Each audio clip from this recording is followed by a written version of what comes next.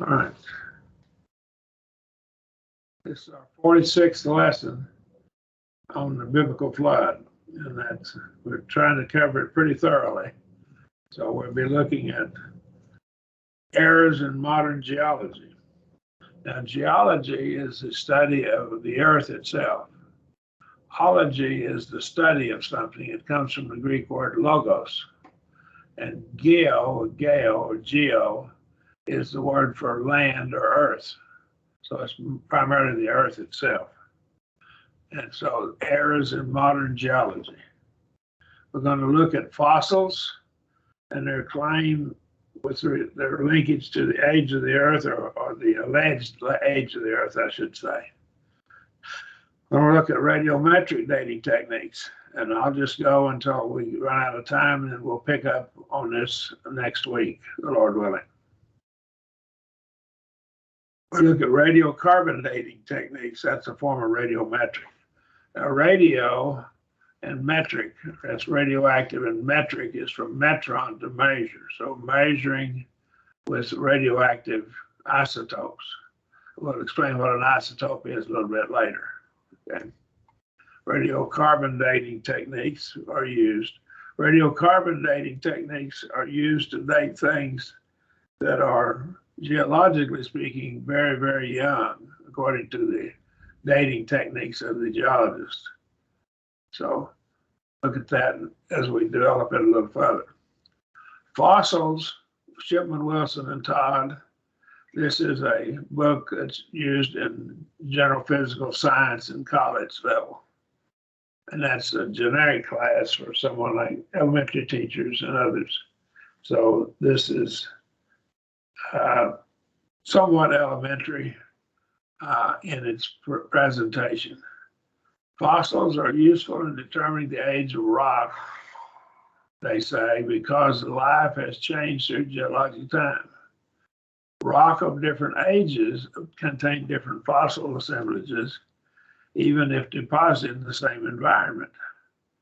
The age of the sedimentary rock can therefore be determined from the fossils contained within it. And now notice what they say, provided, of course, the age of the fossils is known. But when you think about that a moment, they're dating the rock by the fossils. It's only good if they know the age of the fossils. So the rocks are dated by the fossils, and then turn around and the fossils are dated by the rocks. It's circular reasoning when you look at it. And in fact, I want to have a quote of one fellow who admits it's circular reasoning. The precession of life, here's another quote from another source, was never witnessed, it was inferred. Now, what does that tell you? What does it have to be science? It has to be verified by empirical means. Now, what's empirical? Help me out, somebody. Things you know by what? One or more of your five senses. And witnessing, see, the precession of life was never witnessed, it's inferred. We had to logically draw conclusions regarding this. Now, we're going to show some of their conclusions that they've drawn are based upon flawed logic. So they're not inferred. And we'll show that as we develop this more fully. The vertical sequence of fossils, vertical, I mean the younger fossils are on top and the older fossils are on bottom. It's thought to represent a process because the enclosing rock are interpreted as a process. So they interpreted the rock as being a process, the various layers of rock. The rocks do date the fossils, but the fossils date the rocks more accurately. So the rocks date the fossils and the fossils date the rocks. That's circular. Okay? Circular reasoning. Stratigraphy cannot avoid this kind of reasoning. So when you're trying to date things by the strata of rock, you can't avoid this kind of circular reasoning if it insists on using only temporal concepts. Temporal is time concepts, because circularity is inherent in the derivation of time scales. So notice what he says. He's admitting that you're using circular reasoning to derive timescales. It's all circular reasoning. And you can't prove anything by circular reasoning. But they admit, this man is honest enough that he admits it's all circular reasoning. It's inherent. This is O'Rourke. Now, I cite him in the book. You can look the geology book up. Many stratigraphers feel that these problems have been obviated with recent progress in radiometric dating, radiometric analysis, which is supposed to provide direct determination of absolute age. So that radiometric dating has solved our problem. But others doubt that the technique will ever be as accurate as correlation by index fossils. So now they're going back to the fossils. The fossils, we know the fossil is this old, therefore the rock's that old. How do you know the rock's that old? Because it's got old fossils in it. How do you know the fossils that old? Because they're in old rocks. Circular reasoning. And they admit it. Here's another site. Geologists see the natural divisions of life arranged vertically in sedimentary rocks. That means old fossils are on the bottom and young fossils on top. Now that makes some sense. If there is indeed a sequence of time, large amounts of time, it would make some sense. And so geologists see the natural divisions of life arranged vertically in sedimentary rocks that have been laid down over millions of years. Again, they assume this millions of years. They have a fundamental principle known as the principle of faunal succession. Now, flora is plants and fauna is animal life. So there's the principle of faunal, that is progression or succession. That would mean organic macroevolution, which states that fossil organisms succeed one another in a definite determinable order. Thus, any time period can be recognized by its fossil content. Look at the fossils, that'll tell you how old the rocks are. That's what they're claiming. How do we know how old the fossils are? Because they're in old rocks. Once the period is established, rocks of the same age can be identified in widely separated regions of Earth. In the late 18th and early 19th centuries, geologists used this principle to construct the geologic timescale. That's what they're saying. Late 18th, that's in the 1700s, early 19th century. That'd be the 1800s. Geologists use this principle to construct the geologic timescale. So this principle is, and the timescale, geologic timescale, is based upon this principle. That's the basis for which they developed it. Fossils would not necessarily follow in a chronological order with the tidal flood. So a tidal flood shoots it all down, of course. But one of the problems with many of those who advocate the flood, they don't take it as a tidal flood. So they cannot answer the arguments. Doesn't mean my tidal flood model is correct because they can't answer it, but they need to consider the model. I want you to notice something else about the principle of faunal succession. In Antarctica, the ice caps are assumed to be approximately 14 million years old. That's the assumption. And there's some reasons they assume this. They make various assumptions that draw that conclusion. Yet they have fossils under them that are only 2 and 2.4 to 3 million years old by atheistic dating systems. We're going to show a quote of that. So you have 2, maybe 3 million year old fossils below 14 million year old ice. Something's wrong with their model. It's evident that either the fossils lived long after they were supposed to be extinct, or the dating of the ice caps at 14 million years ago is wrong, or possibly both of these are wrong. For both of them being wrong. Here's a quote that gives a side of what I just asserted. The established view of Antarctic glacial history during the Cenozoic period is that considerable cooling occurred approximately 40 million years ago, with extensive ice first covering the continent approximately 14 million years ago and persisting continually to the present. This is based on oxygen isotope variation of calcareous microfossils from deep sea cores and geomorphic evidence from the transantarctic mountains of cold climates dating back at least 11 million years, including several cold desert pavements. So again, they see a desert pavement there in this, but the flood model that we have with the winds and so forth occurring during the flood could have created that as well. So now, oxygen isotopes.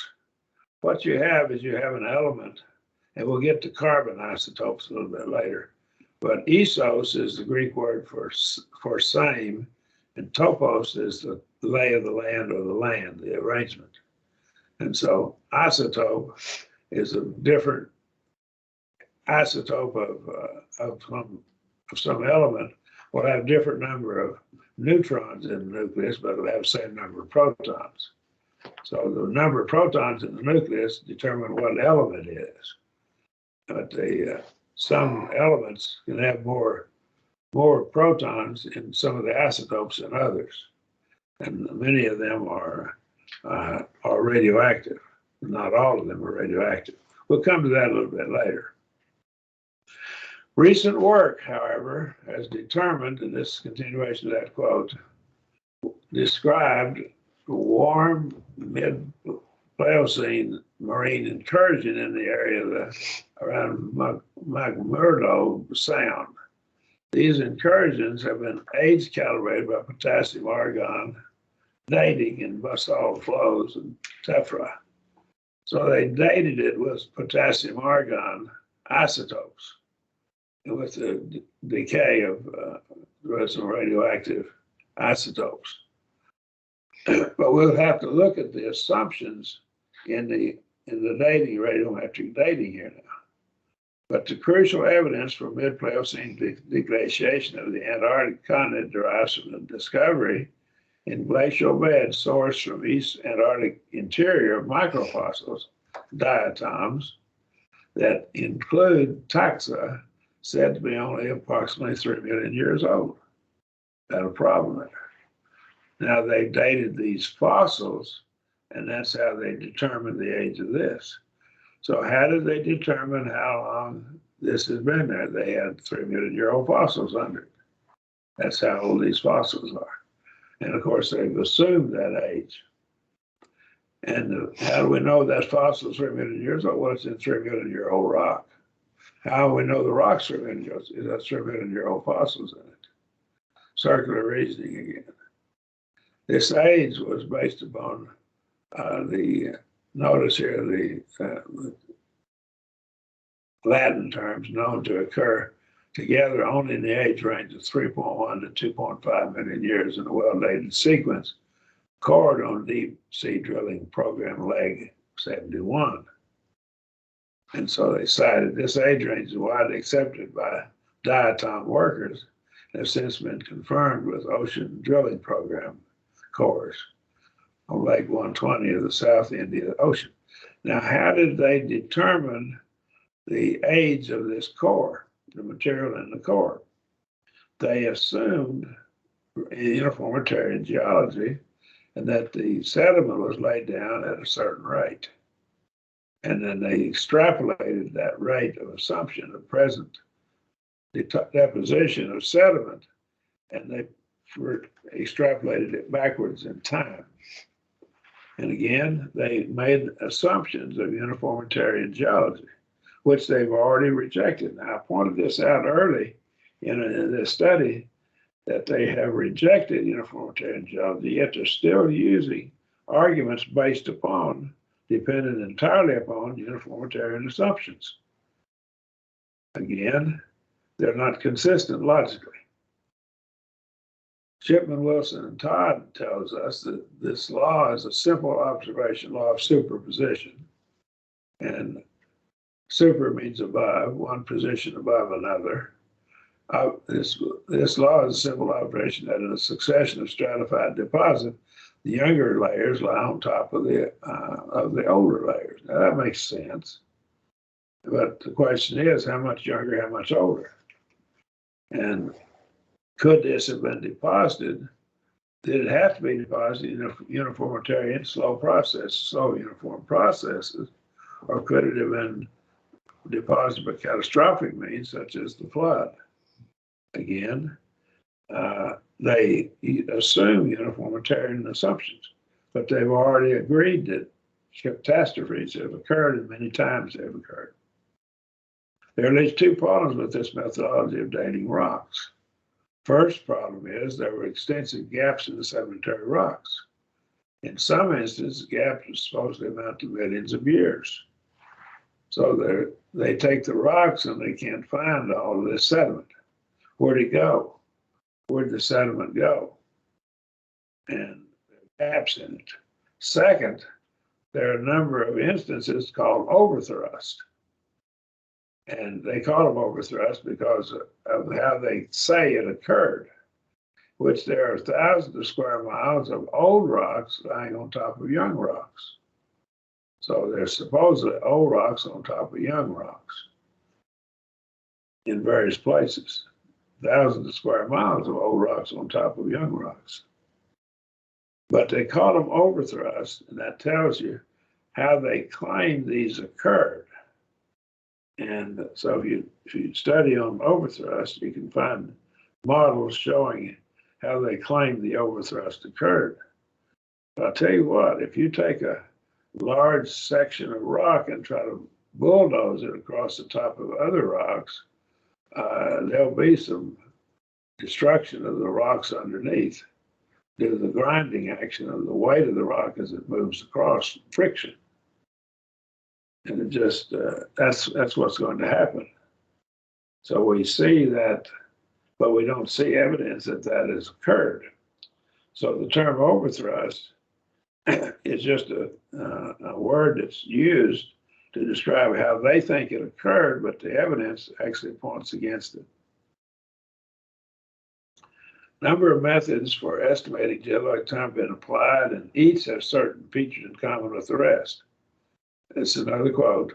Attention is fixed upon some process or change process which is taking place on Earth at present. This change is assumed to have been going on uniformly since very early in the history of the Earth at an average rate that is estimated, and this is what they do. This is Ordway now.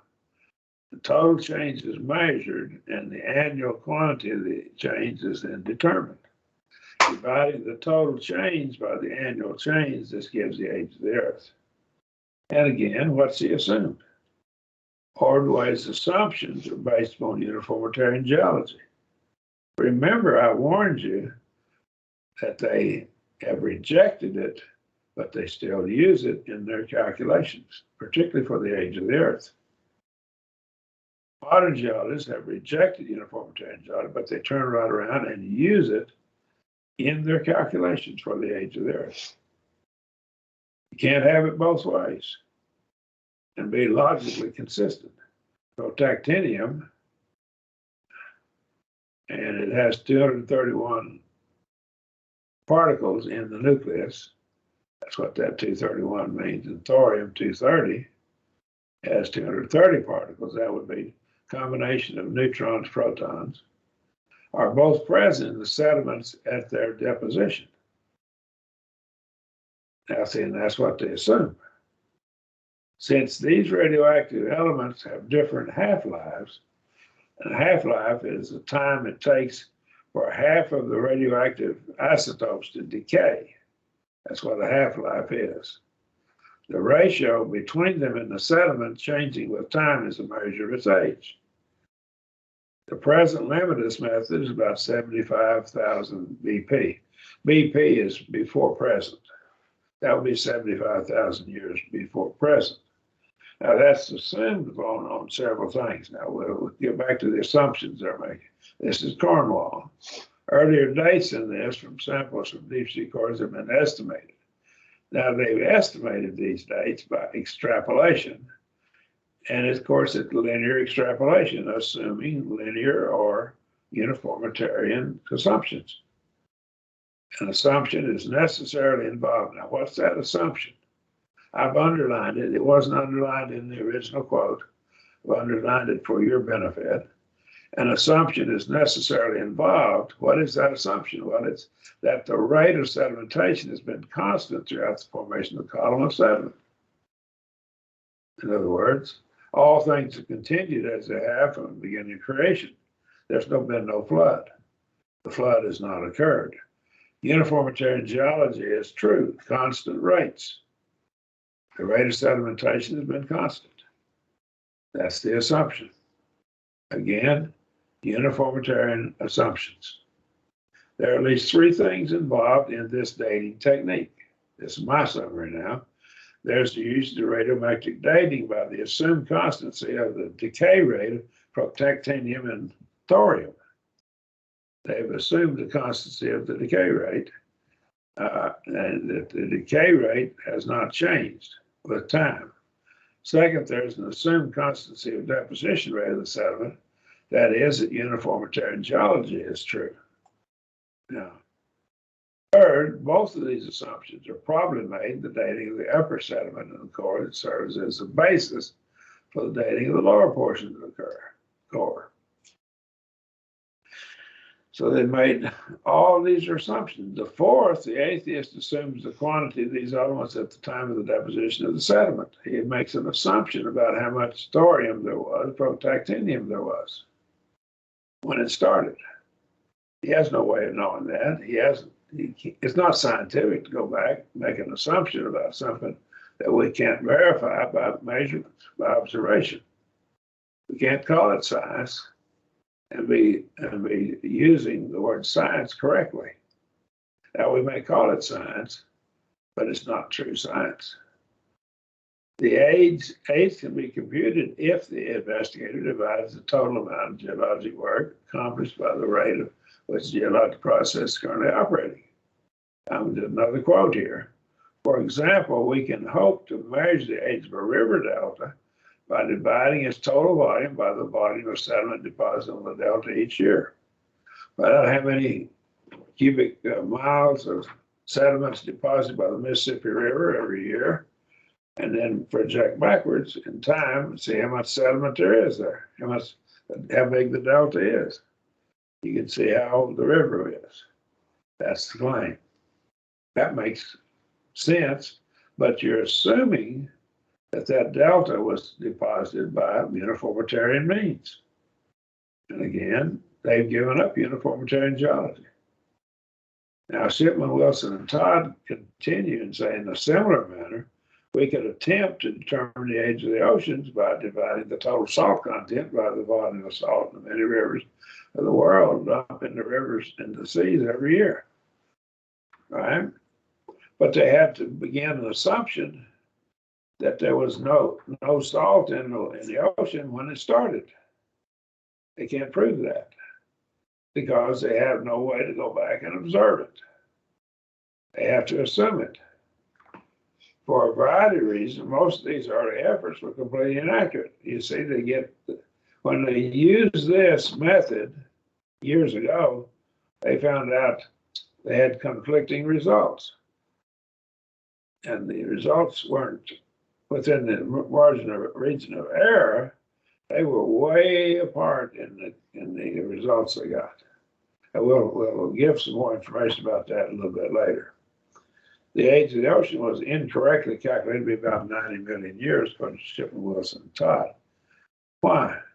Because the amount of salt in the ocean, if you take how much salt's gone in the ocean by the rivers, it would have been deposited in about 90 million years if you started out with no salt in the ocean when it began. But if God made the oceans with salt in it, it would look a lot older based upon these uniformitarian assumptions. And again, man has made assumptions and he can't prove them. And it's not science, not scientific to do that. These assumptions are based on the assumption of uniformity of processes and rates, which are extrapolated backwards. That's called linear extrapolated. Linear means it's constant rate. And so they made that assumption. Why do Shipman, Wilson, and Todd reject extrapolation in these instances, but accept it in other instances? Well, they start out assuming something and they're trying to prove it. And they should just be open-minded and go where the evidence leads them. But that's another problem. Atheists need to answer this question with a reasonable answer. Why do they reject extrapolation in these instances but accept it in other instances? Linear extrapolation I'm talking about, of course. Let's look at dating with radiometric means. Dating of the age of Earth is largely based upon radioactive decay of certain elements, particularly uranium and thorium and some other elements. Radiometric dating is based on certain assumptions. What assumptions are made with it? We need to look at the assumptions. Number one, they assume that we know with certainty the decay rate of each substance. We know the decay rate, for example, of uranium or thorium, or some of the radium, or some of the other elements. They assume they know with certainty the decay rate. That's the assumption. They assume that we know the initial quantity of the substance.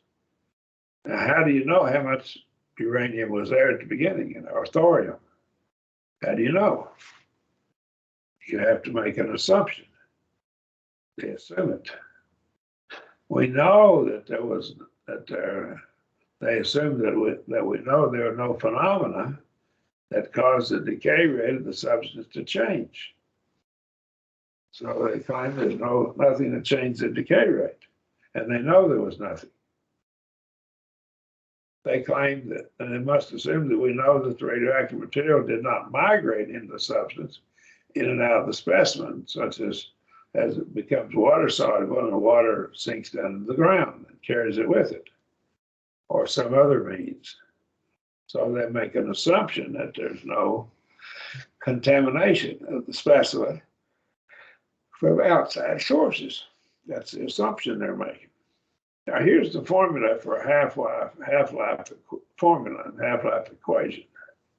N sub T is a number of the isotopes at a given time, and N sub 0 is the number of them at the beginning, at time 0.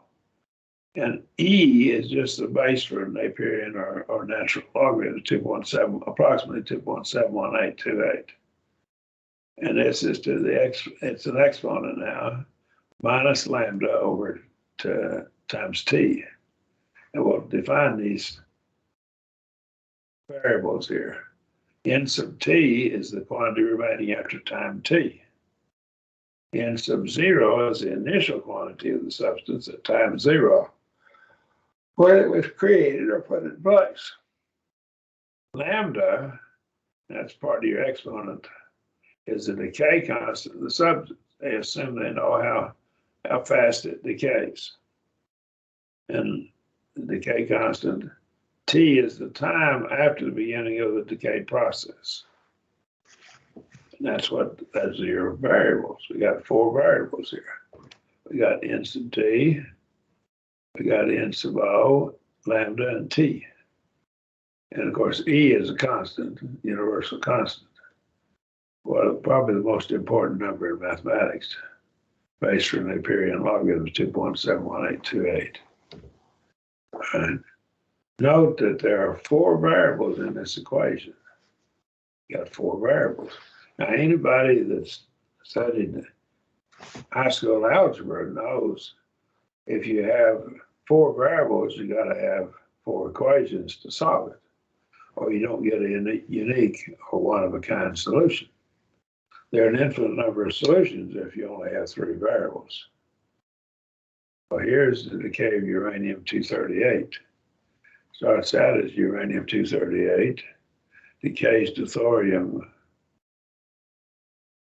in 24 days, decays to and right on down to one element to another isotope of thorium here. There's thorium-234 back to uranium-234, and goes to thorium and back into radium, and it goes right on down to various other elements, this decay process. When I was a young buck, 18 years old, and taking a graduate course in atomic nuclear physics, we didn't have all of these elements in that decay in the book. So they found other ways that it decays since that book was written that I studied out of. I find that interesting. Could there be other ways that they still haven't discovered where this has decayed? And that would change things. It could change things a bit. This is the decay of uranium-238. PB is, of course, lead and so forth. We can go right through the various elements. Any questions or comments? Going to this direction here is a beta decay. It's the emission of a high energy electron. And in this direction, going down from one element to another, in this direction is alpha decay, which would be a helium nucleus. That's the nucleus of the atom spits out or radiates or ejects a helium nucleus, which would be 2 protons and 2 neutrons. And normally it would have 2 electrons with it. But it might have enough energy, it didn't start off with the electrons, but it would wind up with them eventually. So an alpha particle comes out, this alpha radiation. That's a helium nucleus. And beta radiation is a high energy electron. So it goes in that direction with an electron being emitted, high energy electron. So a proton would eject a high energy electron, become a neutron. A neutron would eject one and become a proton. That would be a beta decay. But alpha decay, it would lose four particles from the nucleus and jump down. It went from 234 to 230. 4 particles come out of the nucleus. 4 to come out here, 4 to come out here. And that's, you can count it down by 4. Okay. I'm going to go on. The age of our globe, according to gentlemen, this is in another source outside here, is presently thought to be some 4.5 billion years old, based on radio decay rates to uranium and thorium. Now, this is from a pretty good journal. Such confirmation may be short-lived, as nature is not to be discovered quite so easily. There have been in recent years a horrible realization that radio decay rates are not as constant as previously thought, nor are they immune to environmental influences. Environmental influences may change the decay rates. And their reluctance to accept this may be very damaging to life on Earth, because we might be able to change the decay rates in some way, such as bombarding the radioactive material with various particles, such as neutrinos, and trigger the radioactive decay and make the radioactive material non-radioactive. Maybe ways that they can discover to do that yet in the future. And that would then allow us to use generate electricity or power by radiation, by nuclear reactors, as they call them. Again, it may be that their failure to realize this is causing them not even consider this a possibility, not even look into it. Okay, but notice he says here that it's a horrible realization that radioactive decay rates are not as constant as previously thought. They're not immune to environmental influences. What does pressure do?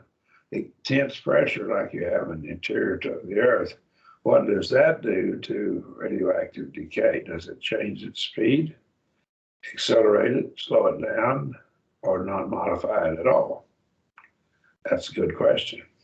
And other factors might affect it as well. The most evident generalization that can be made from an examination of the results summarized in tables 1 and 2 would be to note the anomaly is something that doesn't follow the law. And that's a Greek word that's often abbreviated nomos is law. Anomalously great ages of the xenolithic samples. Now, xenos is the word in Greek for a foreigner or a stranger, and lithos is a rock. So this is xenolithic, that is samples that are foreign to or they're foreigners to that rock. If we assume the real age to be that of the host rock, so we have xenolithic samples. And the great ages of matrix rock at the Himalaya modules were erupted during the 1800 to 1801, according to Richard Moratar, and they published in 1961. And indeed can be said to contain no measurable radiogenic argon within experimental air. Now, what are they saying? Well, these rocks were ejected in 1800 and 1801. We know when they came out of the ground. And we don't find any measurable radiogenic argon within experimental air.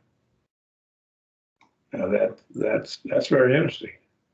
So this causes problems. The first radiometric dates had to be calibrated by comparison with some other standard.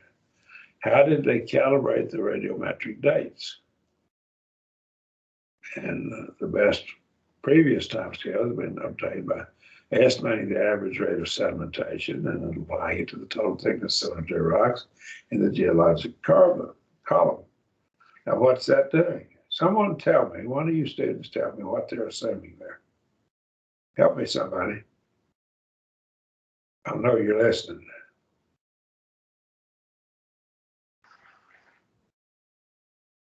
Oh, nobody's responding. You're too bashful. They're making uniformitarian assumptions. Okay? Uniformitarian geology. But they've rejected uniformitarian geology. The total cannot be measured at any one place. It had to be added up from empirical correlations. Okay? Plotting the radiometric values against the maximum thickness geologic system made a resharing test. So we went throughout the world and we found these columns, and we added all the columns up by the index fossils in them. We dated them, and that's how we got this age. It's part of it. So they got that age by assumptions, geologic assumptions. This calibration is based on uniformitarian geologic assumptions. And I warned you in the first class or two that they're going to they reject it and they turn around and use it in their calculations. Let's look at our half-life equation right here, and we'll continue just a little bit more. N sub t is n sub 0, e to the minus alpha minus lambda t. Quantity remaining after time t. That's how much they have at the end of time t. The initial quantity of the substance, the decay constant of the substance, and the time after the beginning of the decay process. Note there's 4 variables here in this equation, and they only know 3 of them. All right. Here's the problem with it. N sub t, this quantity can be accurately measured. Now, we can measure that, and we can do it accurately. I agree with that. That's how much we have at present time. The quantity that we had at the beginning is assumed. You can take and start and decide you're going to come up with any age you want and make an assumption of the initial quantity that'll fit it. So whatever age you want the rock to be, you can just start off assuming how much quantity was there in the original rock. That's, it's just, we had no way of knowing. So the whole equation is worthless because it made that assumption, which they cannot prove. The decay constant is said to be stable, which there's good reason to believe it's not. And one might say, well, it's not variable very much. As far as we know, it's not. But it does vary. Some other factors can change it. Now, T, the time after the beginning of the decay process, depends upon three variables. One, N sub O is assumed. And so our problem is we assume these. Knowing I, it is only necessary to know the number of parent atoms, P sub T. The number of daughter atoms is the end product. And the logarithm to the base E, 2.71828, to compute the H. That's this quote.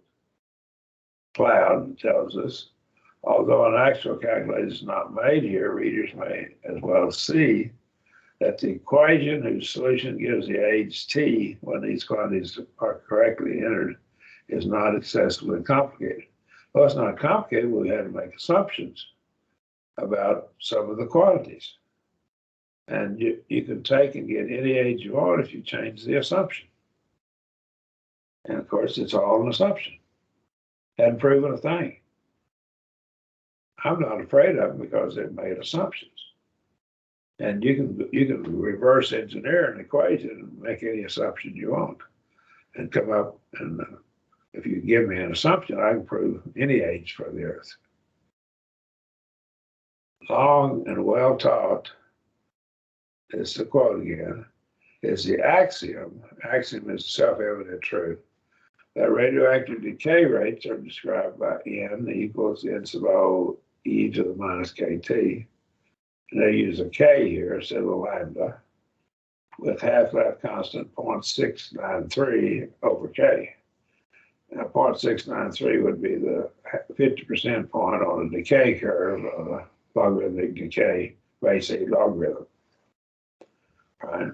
These equations resulted initially from studies done with crude instruments some 70 years ago. And he says bluntly, they're incorrect. Nevertheless, appear in our latest textbooks to compound errors of past generations. We're still using those values. We know they're not correct. I think they need to correct their books. This, in spite of more recent evidence, Dudley tells us studies have varied the decay constants of 12 other radionuclides. So now we've actually changed the decay characteristics of 12 nuclides, radionuclides. Radionuclides would be the nucleus is radioactive, that is, it's unstable, it can decay.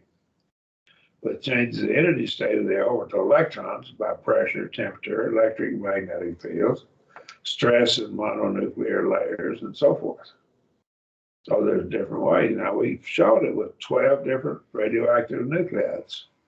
That would be radioactive isotopes of various things. Now, this was a quote several years ago. I may have added to this 12 number, 12 since then. I don't know. If pressure can affect the decay rate of radionuclides, why do some assume the decay rate of radionuclides in the core of the Earth is the same decay rate they have on the surface of the Earth? Why do they make that assumption? And how can they make it? Pressure in the core of the Earth are enormous. They exceed 1 megabar. That's 1 million times the normal atmospheric pressure that we see of the atmosphere pushing on our body right now. That's about 14 pounds per square inch, pushing on each square inch of our body. That's the atmosphere. And your body would swell up. I used to say jokingly like a big old fat toad if you didn't have the pressure of the Earth's atmosphere pushing on our body.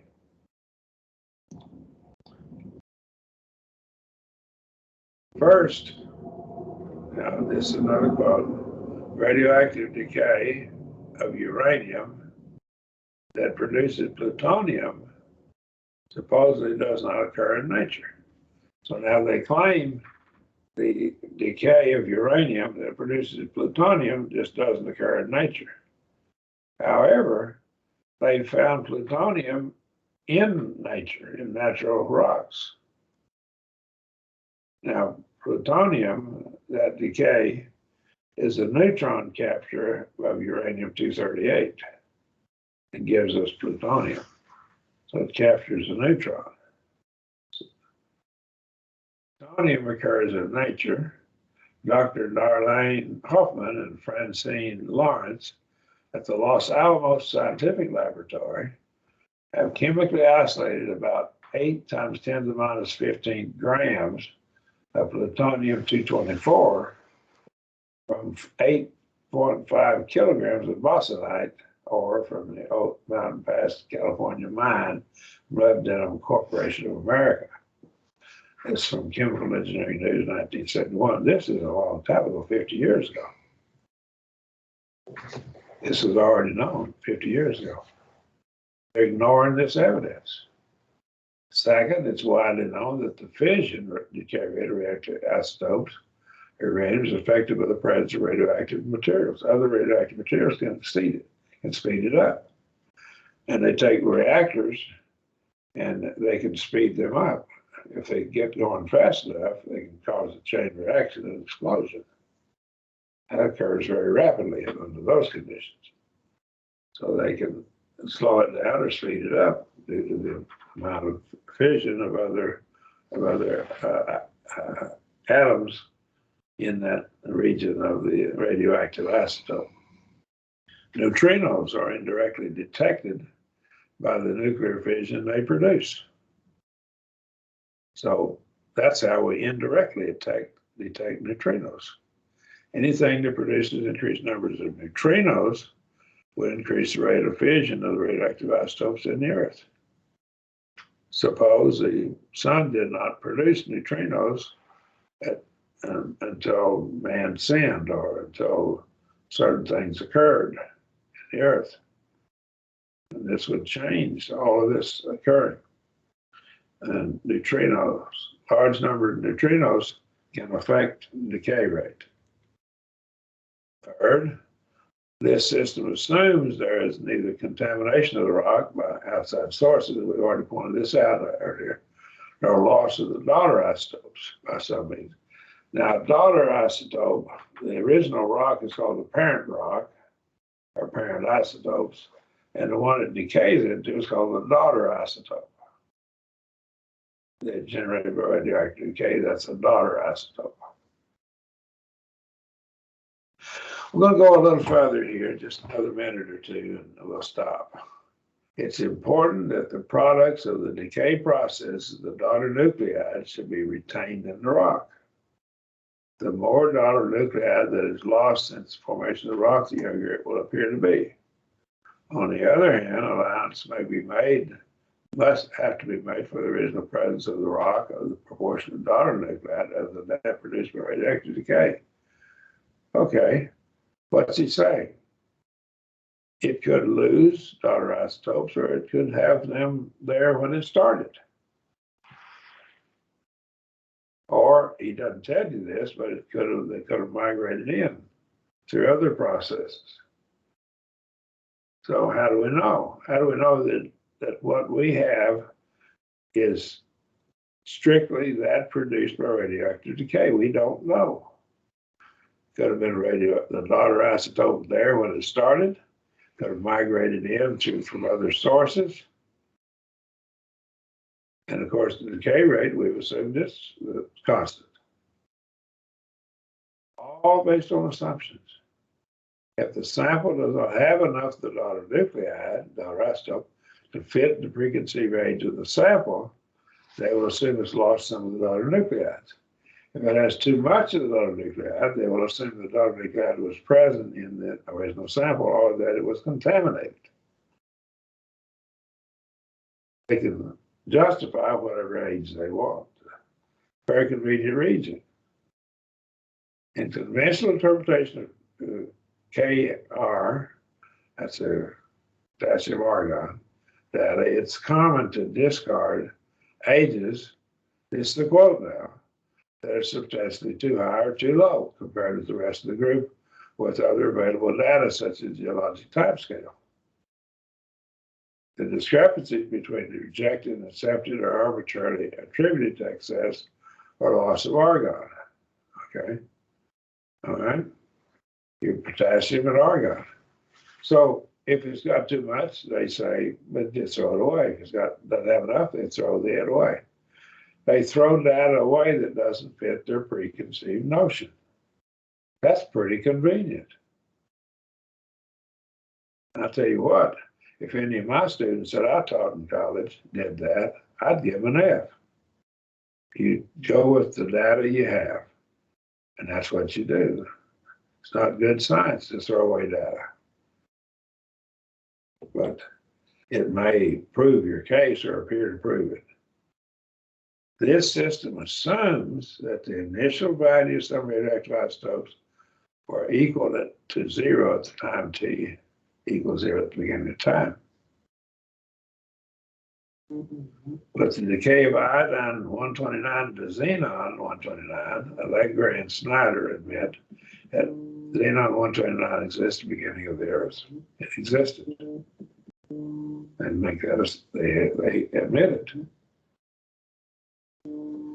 Now we're going to stop here and see if there are any questions. Are there any questions? We'll stop here with this slide.